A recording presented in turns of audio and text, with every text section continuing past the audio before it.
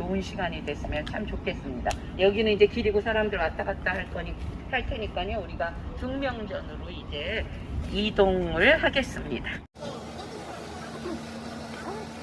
1876년에 강화도 조약이라고 여러분 들어보셨죠?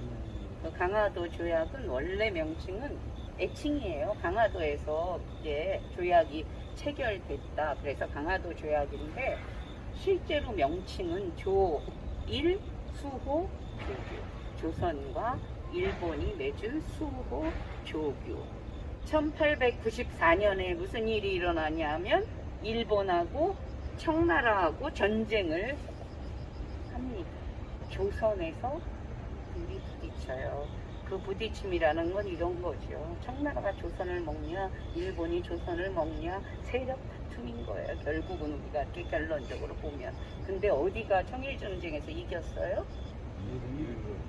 아이러니하게 일본이 이겼어요. 그래가지고 일본이 이렇게 기득권을 하나씩 취할 때마다 이제 그 조선을 식민지하는 그것을 하나씩 진행하게 됩니다. 그래서 그 1년 뒤에, 그러니까 몇 년도가 됐냐면 1895년에 경복궁 건천궁에서 진짜 엄청난 세계적으로도 유례를 찾아볼 수 없는 사건이 하나 일어나는데 그게 뭐냐? 을미사변. 명성황후가 일본의 낭인에 의해서 무참히 살해됩니다. 역사가 또 흘러서 1904년에 무슨 일이 일어나냐 하면 러시아하고 일본하고 이 조선의 기득권을 놓고 또 한 번 전쟁이 일어나는데 그때가 1904년 2월인데 이 전쟁이 일어나기 전에 일본에서 조선하고 조약을 하나 체결하는데 그게 한일 의정서라는 조약인데 뭐냐? 조선의 땅덩어리를 마음대로 일본이 군사를 주둔시킬 수 있다. 그게 요지예요. 그리고 그 당시에 세계 정세를 논하는 외교가들 사이에서 일본하고 러시아하고 붙어 더군다나 해군이 붙어 해보나 마나야 이렇게 생각을 했어. 누가 이긴다는 거야? 해보나 마나. 러시아가 이긴다는 거예요. 왜냐? 러시아의 발틱 함대 세계 최강의 군대예요. 해군으로 감히 당해낼 그런 나라가 없었어요. 근데 아이러니하게도 칩니다. 왜 치냐? 그때 일본하고 영국하고 시쳇말로 아36이라고 그러죠. 근데 치네.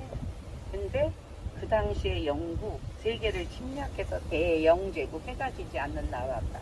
이런 이제 명칭이 붙을 정도로 식민지가 많았는데 수에즈 운하의 통행권을 영국이 쥐고 있어요. 그래서 러시아가 해군이 수에즈 운하를 통과해서 일본해로 오면 이제 이게 좋은데 영국이 일본 편을 들었을 거 아니야. 둘이 친하니까 못 가. 그러니까 돌아서 저 남아프리카 희망봉을 돌아서 이래서 대양이란 대양은 다 거쳐서 태평양으로 들어와서 이제 옵니다. 그래서 전쟁을 치르는데 7개월이 걸려요. 해군이 돌아오는. 제 아무리 날뛰는 해군이라도 그 배 위에서 7개월 이제 견디다 보니까 일본이 이겼어요. 그러면 꼭 하나 뭐를 일본이 저지른다 그러죠. 그러니까 우리가 청일 전쟁에서 일본이 이기고 을미사변 일으켰고 러일 전쟁에서 이기고 나서는 이제 여기하고 관련된 1905년에 을사 늑약을 체결합니다. 왜 조약이라고 안 그러냐? 그 이유가 있어요. 을사 늑약을 체결한 현장이 바로 여러분이 보시는 중명전입니다. 여자들을 위한 병원이라 이 말이에요. 우리나라 최초의 여성병원. 왜냐? 그 시대가 6.25 시대잖아, 구한말이. 그래서 남자 의사한테 여자들이 안 가는 거예요. 그래갖고 여의사가 필요하겠다 해갖고 저기에다가 여자들만 오는 병원을, 그러니까 2대 부속병원의 모체라고 부릅니다. 마당극을 하는 극장이에요. 마당극 외에 우리 몇 년 전에 TV에서 많이 했죠. 마당극 형식은 여러분 알죠? 여럿이서 참여하고 이렇게 둥글게 모여 앉아갖고 막 서로 대화하면서. 그래서 이 고종이 그 마당극을 굉장히 좋아했대요. 그리고 그 당시에 5대 명창이 있었는데 그 중에 하나가 이동백이라는 분이 있었어요. 그 이동백의 그 마당극을 굉장히 고종이 좋아했는데 그 뜻을 기리기 위해서 우리가 지금 이 자리에다 정동 국립극장 그러니까 구 전신이 원각 쌓인 거죠. 그 안에 들어가면 동상이 하나 딱 서 있는데 그분이 명창 이동백 동상이 하나 있습니다. 이쪽도 미국 공사관 그쪽의 일부인데 그 한말에는 여기에 해관이라고 해요. 지금 말로 하면 세관인데 해관이 있었던 자리입니다. 참 멋진 또 서양식 건물이 하나 보이죠? 네. 저기가 이제 곧 복원해서 오픈할 돈덕전이라는 건물입니다. 저기에서 순종이 이제 황제 즉위식을 했던 돈덕전이란 건물 이제 거의 완성돼가지고 최초의 근대화 물결이 막 오면서 교육기관이 있던 자리였고요. 그리고 또 하나 이제 독립신문사터는 서재필이 이제 한국에 와서 1896년에 이제 그 독립신문사를 하나 세우는데 저 건물 그 뒤쪽에 있었다 그럽니다. 조선 최초의 검사가 누군지 아세요? 아까 나왔던 을사늑약 그 이종 네덜란드 헤이그의 그 이상설 세 사람 중에 한 사람이에요. 이준. 이준. 우리나라 최초의 검사가 이준입니다. 이준 이상설 이휘종이 딱 1907년 7월 20일 이제 헤이그에 가 있을 때 저 평리원에서 뭘 딱딱 때렸냐. 국가 사칭죄라 이 말이에요. 이 세 사람이. 그래서 사형으로 저쪽으로 넘어가는 다리가 있었어요. 지대가 저기는 굉장히 높죠. 밑에도 보면 지금 저렇게 큰 돌들이 있고 이 지대가 높아요 지금. 그래서 여기서 이쪽으로 이렇게 넘어가는 저쪽에 지금 보이는 아까 제가 설명한 세 가지가 있던데도 처음에는 덕수궁 영역이었어요. 그래서 덕수궁에서 다리를 통해서 이쪽으로 넘어갔습니다. 홍교라고도 해요. 이게 홍예거든요. 무지개 다리. 그러니까 홍예라 그래요. 이렇게 서양말로 하면 아치죠, 아치. 이렇게 넘어가는 이게 보이죠, 요거. 요게 여기 넘어가면 이제 경희궁입니다. 저기가 조선호텔 옆이에요. 그 앞이 조선호텔이에요, 지금. 높은 저 빌딩이. 근데 저기에 환고단이 있었던데요. 환고단은 뭐냐? 고종이 1897년에 저기에 가서 하늘의 신에게 제사를 지내고 우리도 이제 황제 나라다 선포한 곳이에요. 대서인 원계 하마. 대소인 원계 하마입니다. 띄어쓰기요. 대소인 남녀 뭐 어른 아이 고사하고 말해서 다 내려라. 쉽게 말해서 조선시대 자가용에서 내려라. 제가 여기 발포인 일로 다녔는데 아우 불공평해. 아무리 왕이지만 혼자 다니는데 이렇게 넓어. 이럴 수 있는데 왜냐? 가막군. 왕은 안 걸어 다닙니다. 광명문이 2019년도에 100년 그러니까 3.1운동 100주년 기념으로 저 자리로 온 겁니다.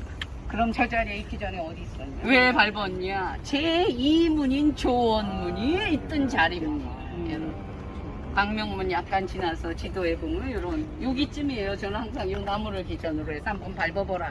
제2문인 조원문이 있던 자리를 기억하면서 우리는 지금은 반대로 글씨를 쓰지만 조선시대에는 이 오른쪽에서 왼쪽으로 글씨를 썼습니다. 그리고 저 그물망에 이름이 있어요. 저 그물망의 이름은 오른쪽은 문신, 왼쪽은 무신, 누나들은 문입니다. 아까 건물에도 격이 있었던 것처럼 조선시대는 문 하나도 제 자리로 들어가야 했어요. 무신이 일로 안 들어갑니다. 이쪽으로 자기 자리로 들어갑니다. 그리고 여기는 임금님의 가마가 올라가는 길이에요. 여기가. 그리고 가마꾼들이 계단을 밟는 계단입니다. 밟을 딱 해서 답도. 경복궁이나 다른 궁궐에 보면 동왕이 있어요. 왕을 중심으로 설계돼 있어요. 그래서 이런 상상 속의 동물은 상서로운 동물이다. 서수 하면 다 맞습니다. 해치 같기도 한데 그렇지 않고 그냥 이건 서수야. 상서로운 동물이야. 여기 왜 있냐? 얘는 나쁜 기운이 여기에 딱 들어가는 거를 막아주는 역할을 하는 겁니다.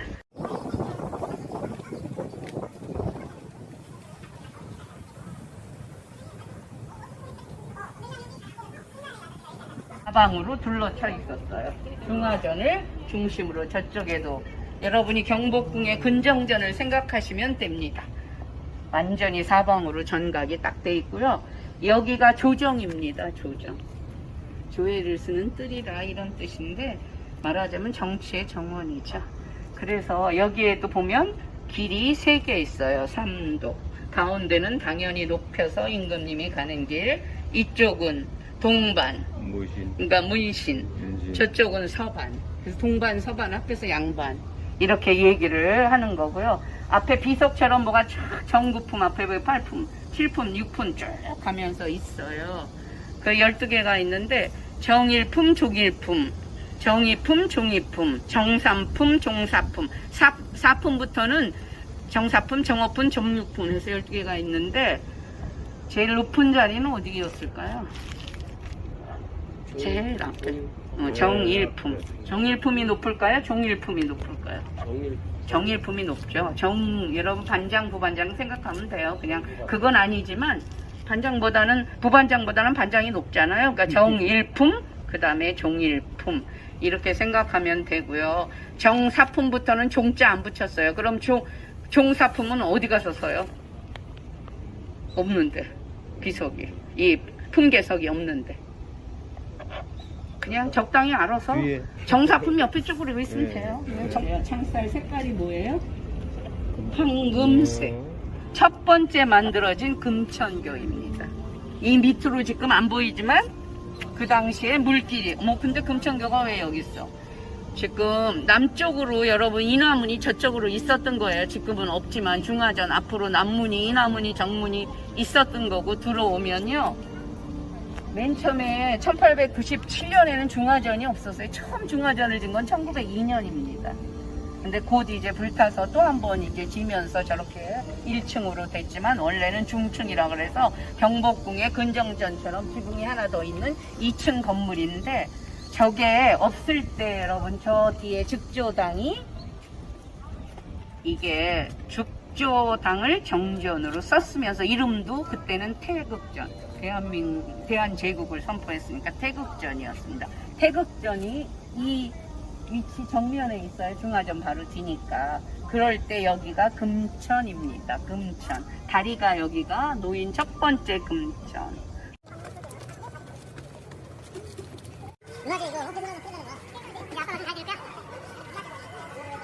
다리가 3개예요. 이 다리는 뭘 얘기하냐? 천지인, 하늘 땅 사람. 여기서 하늘은 임금입니다. 잘 어울려야 나라가 잘 된다는 그런 의미를 가지고 있는 왕의 위엄, 업적을 상징하고요. 왕이 안에 계실 때 여기에 연기를 이렇게 딱 피어올라서 신비스러운 그런 거를 조성하는 그런 이제 물질입니다. 이 드문은 뭐냐 하면 동걸은 나무로 돼 있기 때문에 상징적인 거예요. 화마가 불을 지르러 왔다가 여기를 탁 보니까 너무 무서운 게 있어. 자기 얼굴인지도 모르고 놀라서 도망가라. 위에 양머리처럼 그렇게 돼 있죠. 저 위에가 저게 도리아식인데 도리아식 건물이고요. 가운데 하나 둘 셋 넷 다섯 6개는 줄 있죠. 줄 입구에는 저렇게 줄이 있고요. 그 다음에 저 박공 세모다란 거 페리도트라 그럽니다. 영어 발음으로는. 그 가운데에 지금 꽃이 있죠. 저 꽃도 여러분 이화가 아닌 오얏꽃입니다. 오얏 자두꽃. 그러니까 조선 왕가의 이제 문양이라고 볼 수 있고요. 저기는 지하 1, 2층 이렇게 돼 있어서 지하는 부속실, 그 다음에 시종들이 머무는 곳이고 1층은 이제 편전, 2층은 침전 이렇게 만들었는데 한 번도 사용하지 못했어요.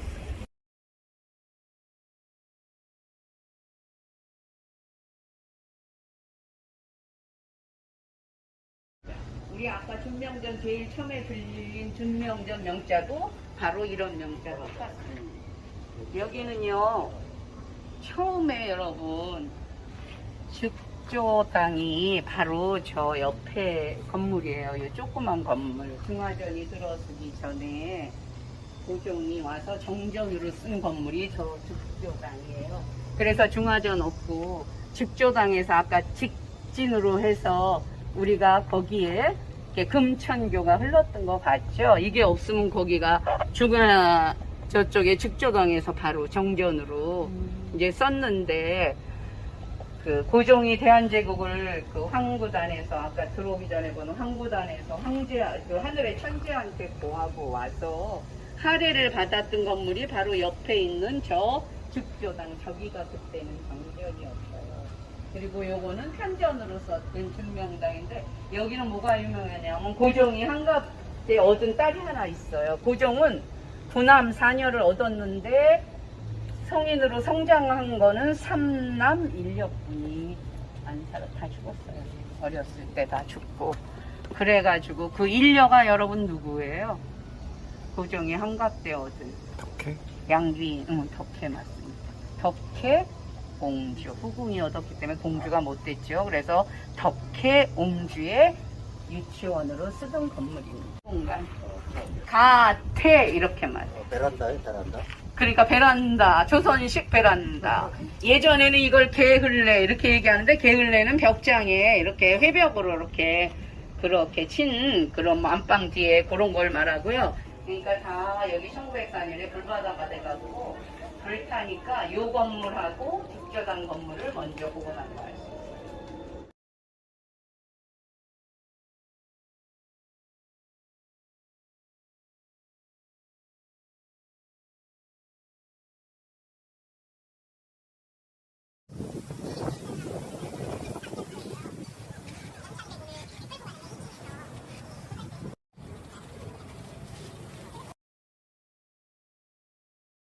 관헌입니다. 고종시대에 고종이 러시아 공사관에 이제 아관 사천 1896년에 너무 이제 1891년 전에 명성황후가 이제 그렇게 살해되고 무서워서 순종하고 가마를 타고 러시아 공사관으로 피신했다 그랬죠. 근데 이제 우리나라 백성들이 왜 우리 임금이 남의 나라 공사관에 가서 있냐. 그리고 러시아에 막 이권이 넘어가는 게 너무 억울한 거예요. 그래서 말들이 많으니까 1년 만에 고종이 다시 이곳으로 이제 돌아왔다 그랬죠. 고종은 커피를 좋아했어. 러시아 공사관의 커피 맛. 그 커피 맛이 한번 들으면 중독돼서 못 끊잖아요. 그렇죠?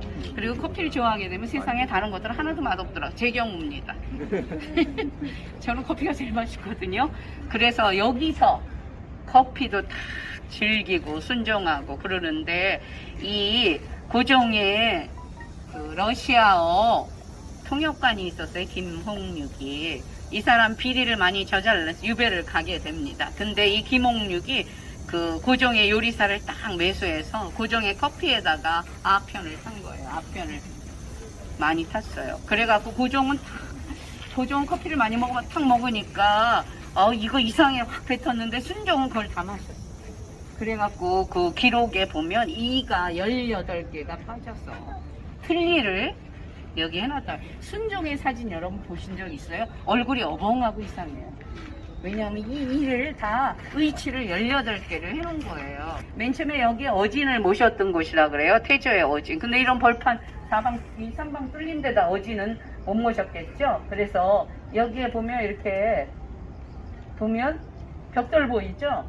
이렇게 막혀 있었던 공간에 어진을 여기에 모셨던 곳이기도 하다고 그럽니다. 직선으로 딱 가면 어디로 연결될까요? 저 앞에도 여기 끝쪽으로 아마 연결이 돼 있을 것 같고요. 그 다음에 우리 여기 앞에부터 보겠습니다. 4월 14일 불바다가 됩니다.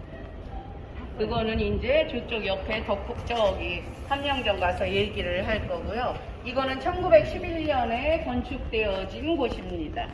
이 입에서 지금 쫙 품어내는 석입니다. 봉황 얼굴 있죠? 봉황 얼굴. 그 다음에 천장에 대추 샹데리아 보이세요?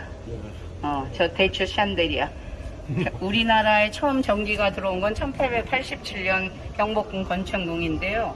이 덕수궁에 전기가 들어온 건 1901년으로 기록돼 있어요. 그래서 어전회의를, 여기는 이제 주로 그 외국의 사신들 모집하는 그런, 영접하는 그런 곳이었기 때문에 칸이 없어요. 그냥 통창으로 돼 있고, 바닥은 흙을 구워서 만든 저걸 전돌이라고 이렇게 얘기하고 있고요. 그 다음에 이제 1911년 이전에, 그러니까 1904년에 여기 불바다가 되기 이전에 여기가 어디였냐면 이 자리에 그때도 정각이 있었는데 경효전이라고 해서 명성왕후 있죠? 고종의 비. 고종의 비에 혼전이 차려져 있었어요. 그 전에는 경서전이라 그래서 빈전이 차려져. 어머, 빈전은 뭐고 혼전은 뭔가. 사람이 죽으면요 시신을 모신, 그러니까 조선 왕조의 장례는 5개월입니다. 5개월 동안 시신을 모신 것을 우리가 빈전이라 그래요. 시신을 모시고 장례를 이제 왕릉에 갖다 치르고 나서는 그 다음에 혼을 모신 것을 우리가 혼전이라 그래요. 그러니까 여기는 혼전도 있었고 빈전도 있었는데, 빈전의 이름은 경서전, 혼전의 이름은 경효전입니다. 그래서 혼전은 언제 종묘로 가냐? 27개월 후에 종묘로 가는데요. 왕비일 경우에 남편이 죽기까지 10년이고 기다려야 돼요. 남편이 죽고 나서 같이 가야 돼요.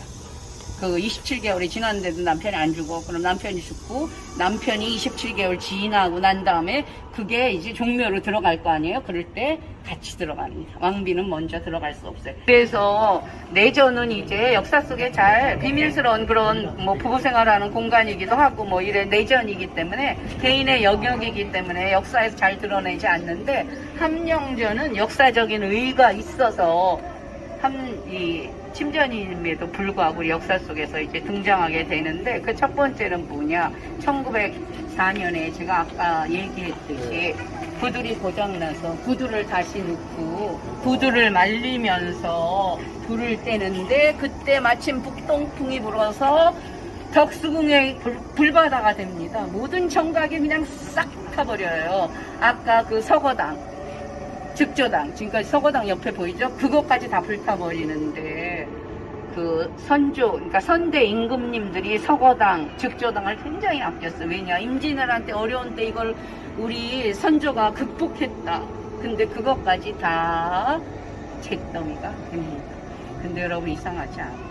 이 궁궐은 연기가 나지 않기 위해서 그 밥을 할 때나 이럴 때도 백탄이라는 수술 때문에, 장작불도 아니에요. 장작은 연기 나고 이런 단청이 다 끄스르니까 안 떼요. 백탄이라는 수술 떼는데 그게 아무리 북동풍이 불어도 이 전체가 불바다가 됐다는 거예요. 여러분 이상하지 않아요? 그것도 동시에 심증은 있지만 우리가 약했기 때문에 물증은 없는 그런 역사적인 사실 중에 하나입니다. 그래서 여기 덕수궁은 침전임에도 불구하고 역사 속에서 이제 등장하고, 또 하나 등장하는 건 고종의 승하입니다. 1919년 2월 말일경에 고종이 묘시 새벽 5시에서 7시 그때 묘시에 식혜를 드시고 갑자기 그 고종이 승하하시게 되는데, 그 병명은 뇌일혈로 나왔는데, 그 윤치호의 일기에 보면 그 장면을 누가 봤냐? 명성왕후의 조카인 민영달이 봤다 그래요. 근데 민영달이 보니까 이빨이 성한 게 하나도 없이 다 빠졌고, 식혜를 마시고 나서 목에서부터 배꼽까지 검은 줄이 쫙 나 있었고, 몸이 퉁퉁 부어서 수의를 입히기 위해서 옷을 잘랐다. 이런 기록이 있는 걸 봐서 우리가 심증은 있지만 물증이 없어서 일제강점기의 그 약한 그 우리의 어떤 처지, 그런 거를 이제 생각해 볼 수 있고요.